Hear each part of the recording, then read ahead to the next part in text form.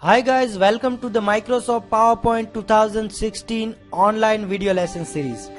In this video tutorial we will be learning about some user interface related options.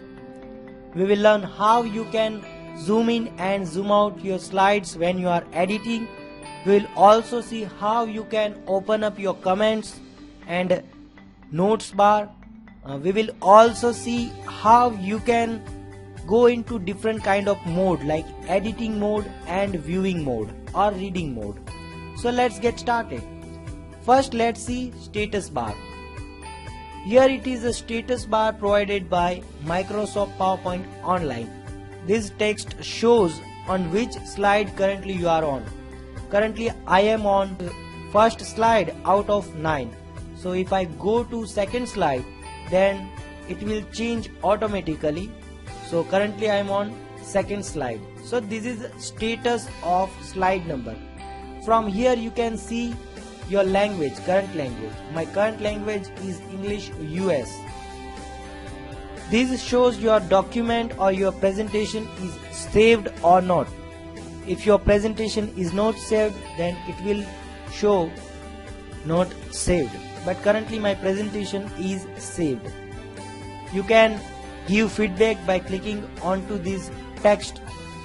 If you want to show your notes or see your notes, then just click onto this notes button and it will open up your notes.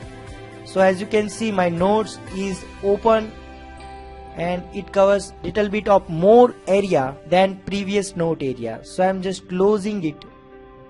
So notes are closed. If you want to go in reading view, then you can click onto this button. We will see about this option in later time, and this is about zooming. So let me click. Currently my zoom value is to fit this window. If I go to 100%, then some areas of my presentation slide will be cropped. So I am clicking onto this fit button and press OK. So my presentation slide is fit to this window. Same way you can also use this fit slide to current window button and it will do the same thing.